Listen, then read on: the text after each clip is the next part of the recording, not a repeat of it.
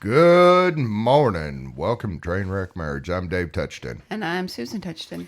Hey, we're coming to you this week. I'll be honest with you. I keep saying our life can't get more chaotic, but sure enough, it does. Kind of living proof that, um, just living proof that being a Christian isn't always easy, isn't always fun. Life does not get easier, but you deal with situations differently. They don't affect you the way that they did before. And, I think through the last 10 years, well, let's go 15 years back before God really got a hold of me. I mean, there would have been dead bodies that I'd have left on the side of the road after the last 3 or 4 weeks.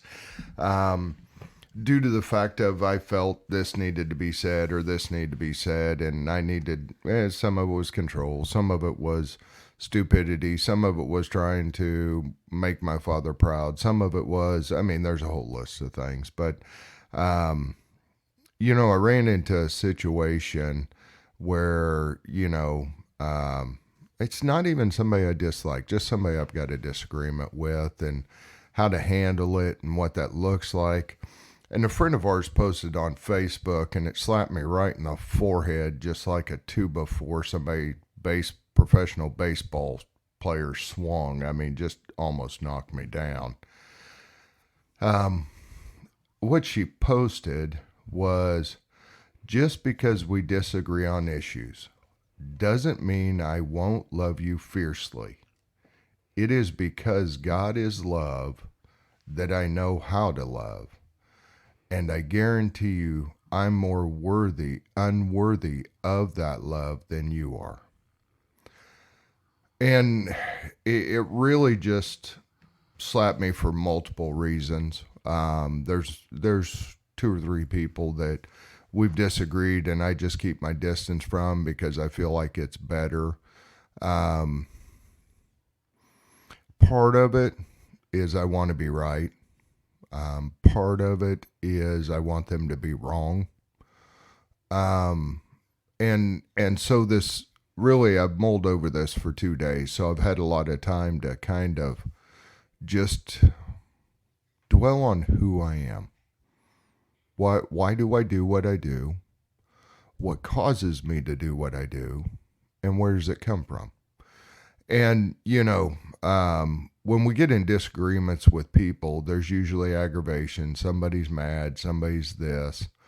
Um, and Jesus called us to love people.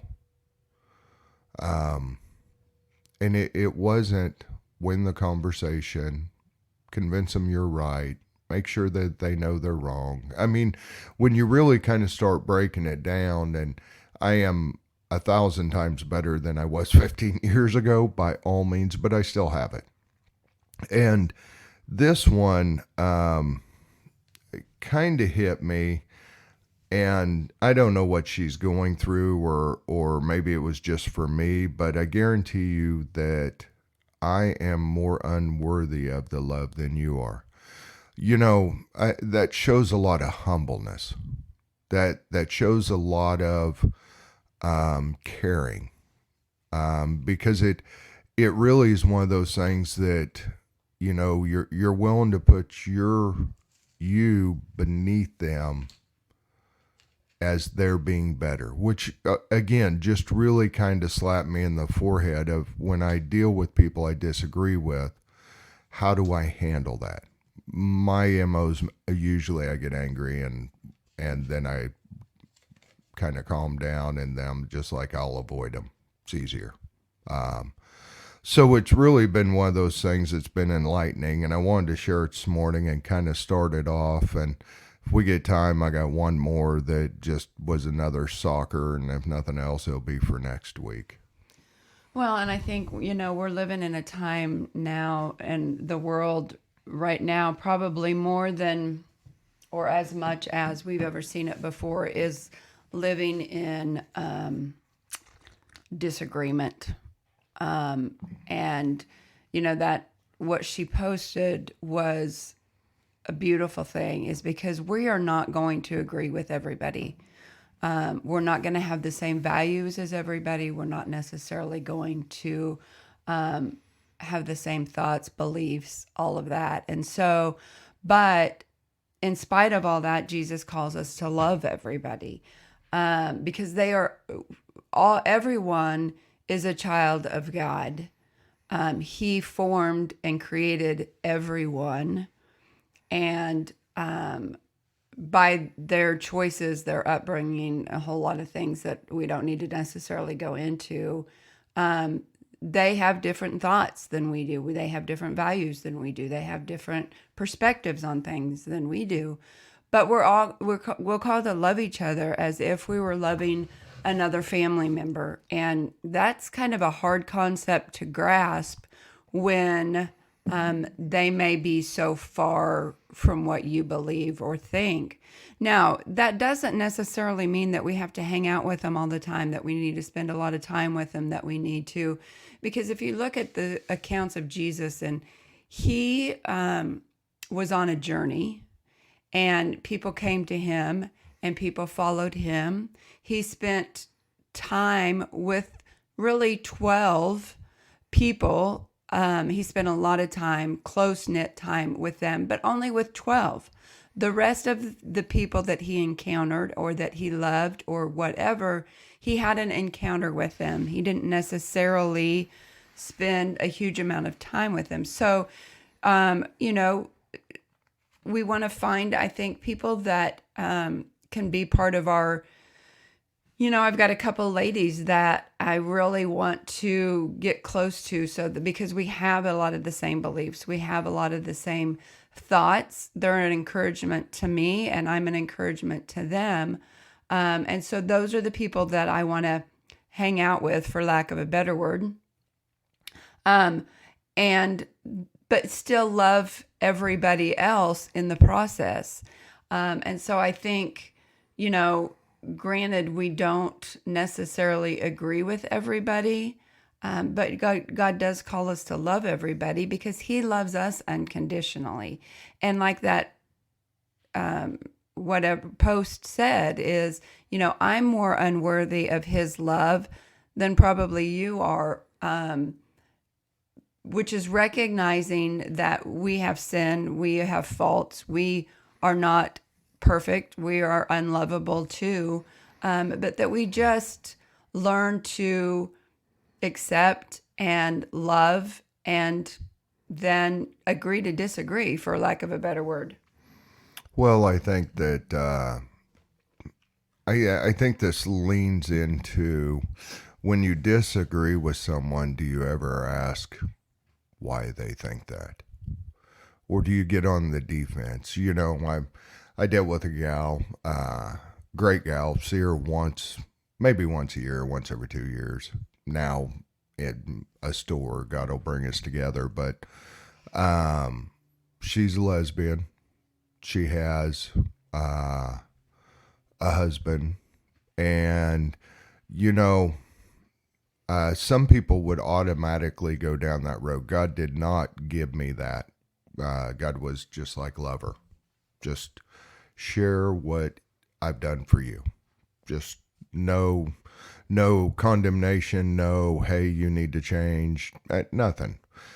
And you know, the longer I talked to her for almost 2 hours. And in talking to her, she revealed to me that her first husband almost beat her to death.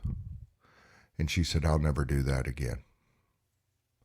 You know, sometimes we disagree with people, but we never dig into the why.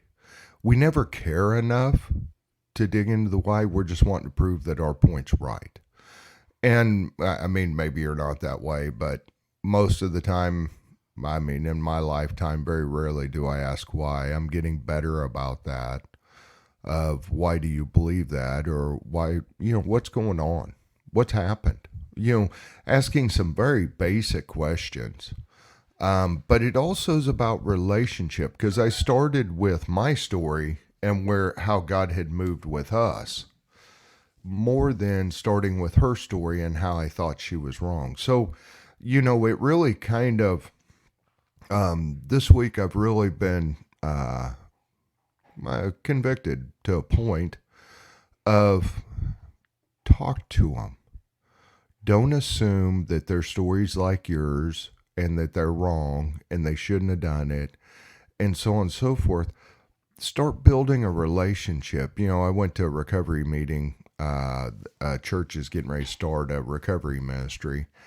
And one of the things that they said that really struck me was relationship before recovery. And that was really kind of eye-opening to me because it was, at the end of the day, number one, we can't make them recover. That's a God thing and that's a them thing. That's not a me telling them. But the other thing was the priority was the relationship. And I think we miss that sometimes when we get in disagreements. Well, and I think, a couple thoughts on that. First of all, you're right. The relationship is so huge because, if they can't be drawn to Jesus unless they see him in someone, and developing that relationship, letting them know where you've been, that they're not alone, and how God has rescued you, redeemed you, forgiven you, so that they know that there is hope, that they know that there is recovery on the other end. But also, ever since my sister passed away, God's really shown me how important relationships really are. We work really, really hard at our jobs, and we are so busy raising our kids and going to work. And how many times I have said, "Oh, I'm too busy. I'm too busy. I'm too busy." Okay, that is just an excuse. What I'm telling somebody is I'm too busy to make you important enough to make the time in my schedule to spend with you because I've got this to do, this to do, this to do. When in all reality, this, and this that I have to do will be there tomorrow or when I get to it. The relationship and building that relationship may not be. None of us are promised tomorrow, and I don't really want to chase this rabbit, but none of us are really promised tomorrow. And so having that relationship and taking the time to spend with people is what God has called us to do. He didn't call us to be busy all the time. And he didn't call us to work so hard that you're killing yourself or that you're stressed out or that you're whatever the case may be. He called us to love other people. Well, you can't love other people if you're not spending time with them and trying to build a relationship with them. Well, and as Susan was talking, I've got a friend that we're talking back and forth. And one of the things that I sent him was I'm praying for you that the situation that you're so focused on, that God wants you to be that focused on him. Mm. And, sometimes whether it be business, whether it be kids, whether it be whatever, I mean, there's always something in life. We're empty nesters, and so there's always something. Are you as focused on God as you are what you see as the problem or the thing you need to fix? Because that's, it's one of those things that if you're looking for freedom, the first question is, what are you focusing on today? Is it a relationship? Is it the kids? Is it, negative, positive? Is it your attitude? Is it, because that's the thing is sometimes we get so focused on whatever little toy. We're kind of like a cat or a dog chasing something. We get so focused on that, we kind of get tunnel vision and don't really pay attention to everything. And the other scripture, which is kind of a good segue right into another one of the Facebooks this morning. Trust in the Lord with all your heart and do not rely on your own understandings. Think about him in all your ways, and he will guide you on the right path. Trusting the Lord is really one of those things that how do you trust them if you're not focusing on them or that you're involved with them daily? I mean, I think of our marriage. If me and Susan seen each other on Sunday for 1 hour, how good of a marriage would we have? How good would our relationship be? And, everybody's got their own things. Some read great and they read every morning and they do. Some of us, which is me, either listen to the Bible or listen to different pastors because I'm not a strong reader.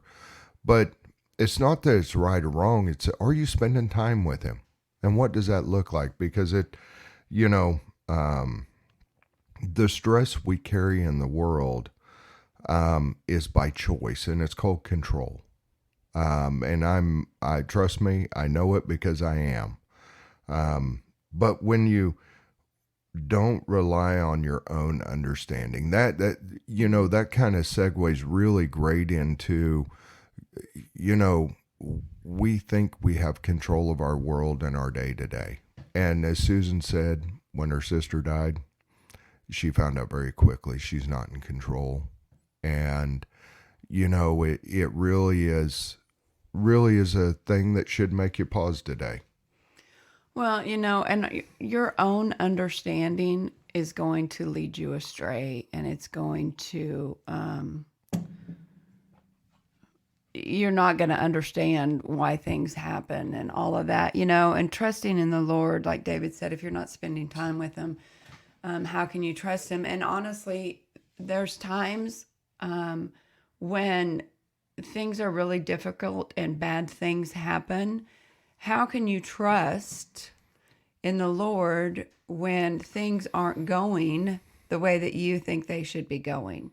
How can you trust in the Lord when, you're living a life that you never dreamed of? You thought it would be better. You thought it would be easier. You thought it would be ... and then you're telling me to trust in the Lord?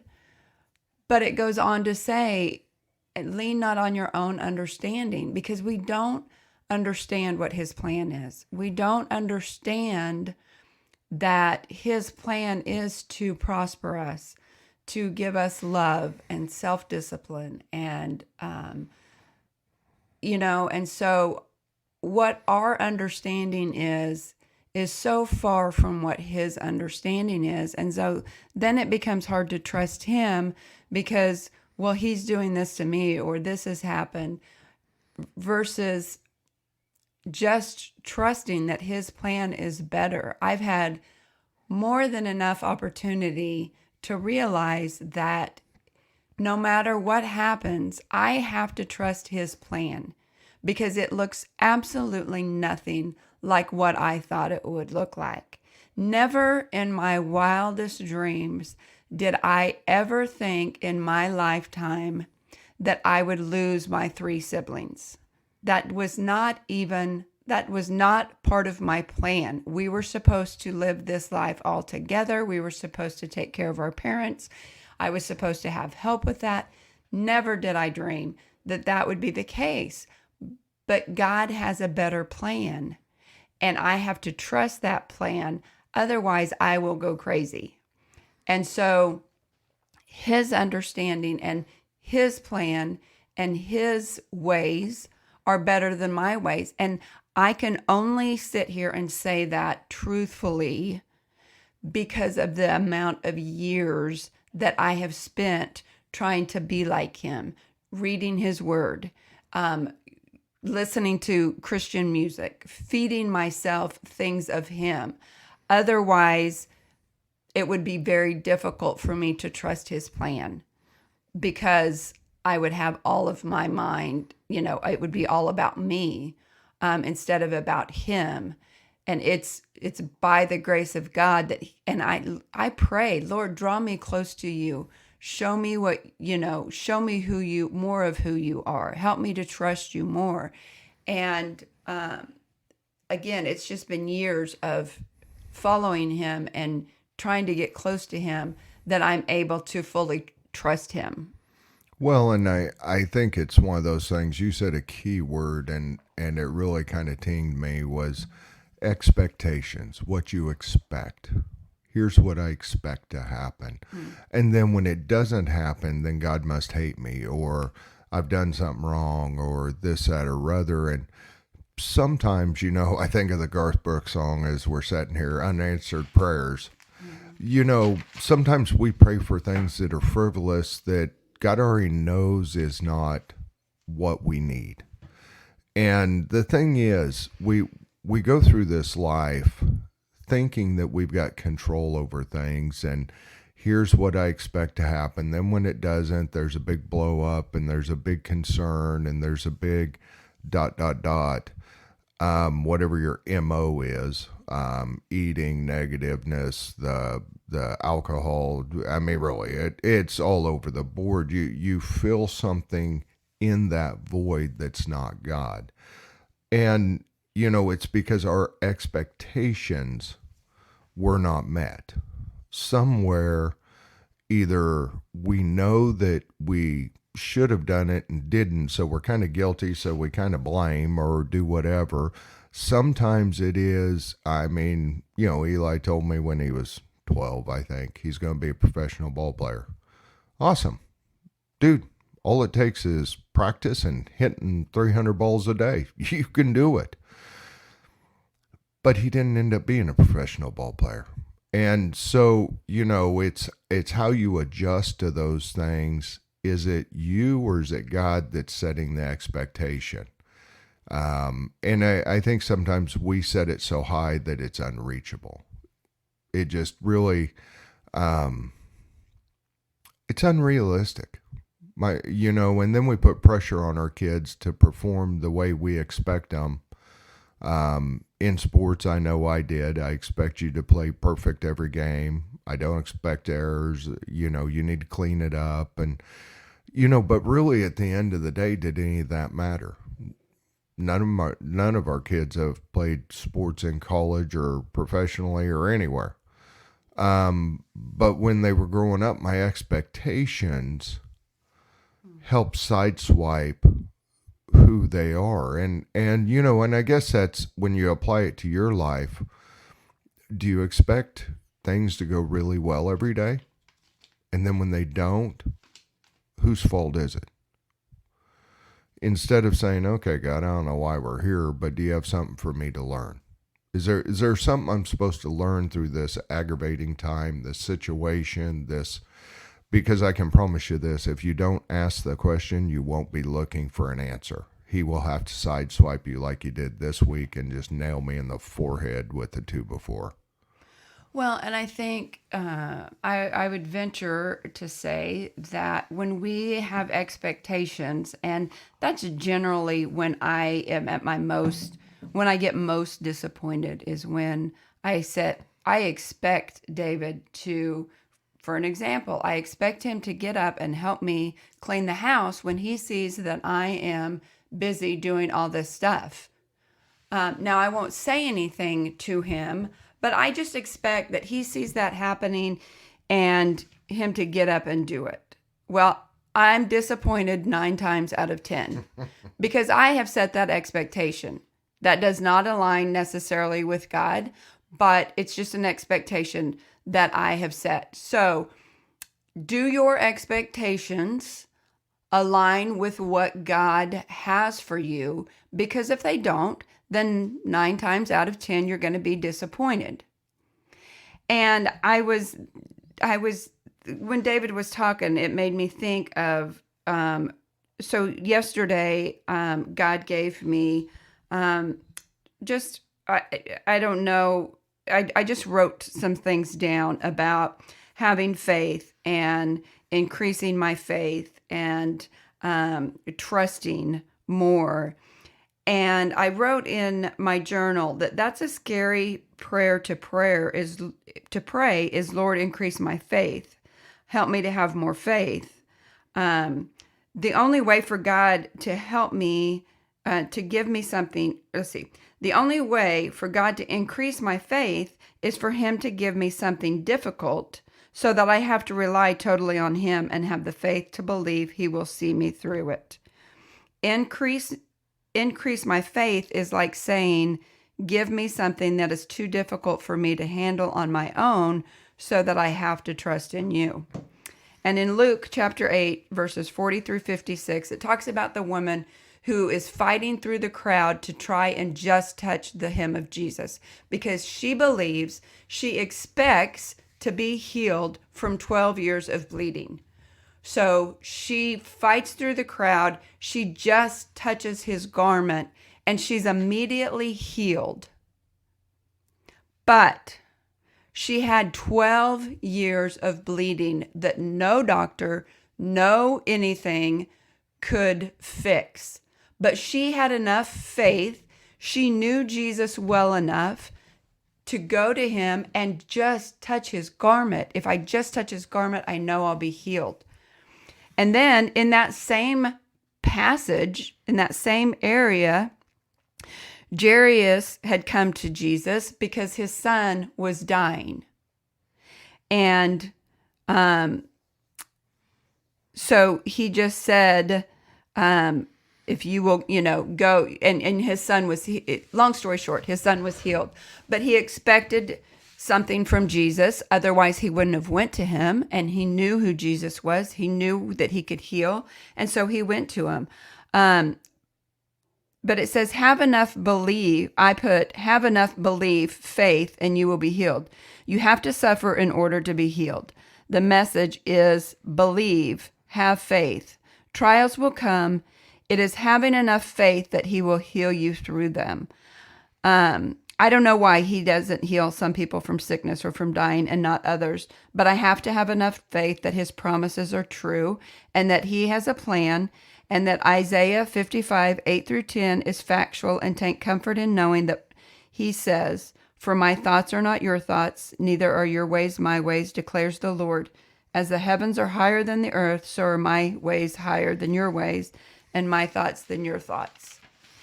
It's believing that he has a better plan and trusting in his thoughts and trusting in his ways, knowing that they are different than yours. Well, and my thing that really this morning is a handful of questions more than anything, and these apply to me as much as they do anyone. So it's not not something I figured out. How much do you trust God? What does that look like?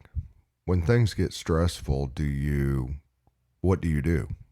What does it look like? Do you get mad? Do you get glad? What does it look like? Because, where in your life is your expectations not being met? And at the end of the day, does it really matter?